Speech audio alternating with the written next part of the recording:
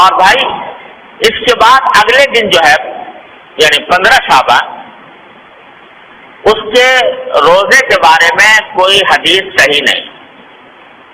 یہ جو مشہور ہے کہ اس رات کا اس دن کا روزہ رکھنا جو ہے وہ خاص طور پر اس دن کا روزہ، اس کے لیے جو حدیث آئی ہے وہ بہت کمزور ضعیف ہے، قابل اعتبار نہیں. البتہ ابھی بات کر چکا ہوں کہ شعبان کے سارے ہی مہینے میں آپ روزے رکھا کرتے تھے، سارے مہینے کے اکثر ایام میں روزے رکھا کرتے تھے.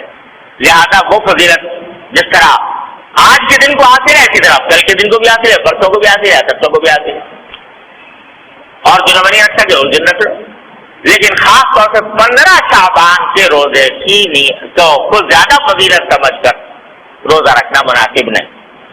لیکن سارے شعبان میں جب بھی موقع مل جائے رکھ دیا جائے. اس طرح اس شب برات کو اس رات کو گزارنا چاہیے، اللہ تبارک و تعالیٰ سے دعائیں کرنی چاہیے.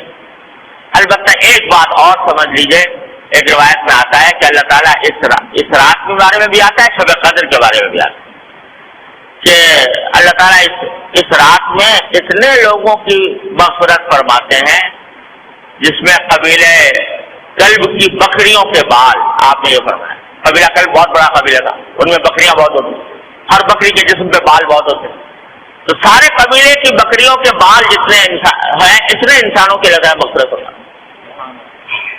مگر فرمایا 2 آدمیوں کی مغفرت ہے، اللہ بچائے.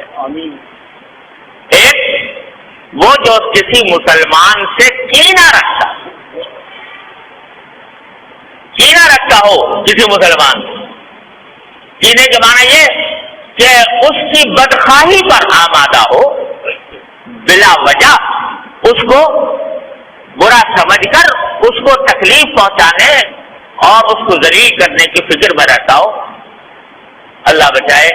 ایک تو اس سے گناہ معاف نہیں ہوتا اس رات، اور ایک فرمایا وہ جو اپنے پاجامہ شلوار پتلون جو بھی پہنے ہوئے ہے اس کو ٹخنوں سے نیچے لٹکائے، اللہ بچائے. تو اس کے بارے میں بھی حدیث میں آتا ہے. لہذا اس کا اہتمام کرنا چاہیے، ہمیشہ ہی کرنا چاہیے کہ اللہ تعالیٰ کسی مسلمان کے خلاف دل میں کینہ رکھنے سے محفوظ رکھے. ارے بھائی سارے کوئی اگر کسی سے کوئی غلطی ہوئی ہے تو اس غلطی کا اس سے بتا دو، معاملہ صاف کر لو. کوئی شکایت ہوئی ہے شکایت گلا کر کے معاملہ صاف کر لو. اور تمہیں شریعت نے یہ بھی حق دیا ہے کہ جس نے جتنی تکلیف پہنچائی ہے تم اتنی اس کو بھی پہنچا دو، بدلہ لے لو برابر برابر کا.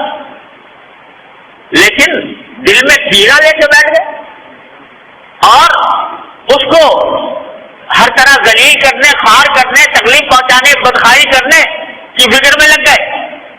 یہ چیز جو ہے وہ اتنی بڑی گناہ ہے، اتنا بڑا گناہ ہے کہ اس رات میں بھی معاف نہیں.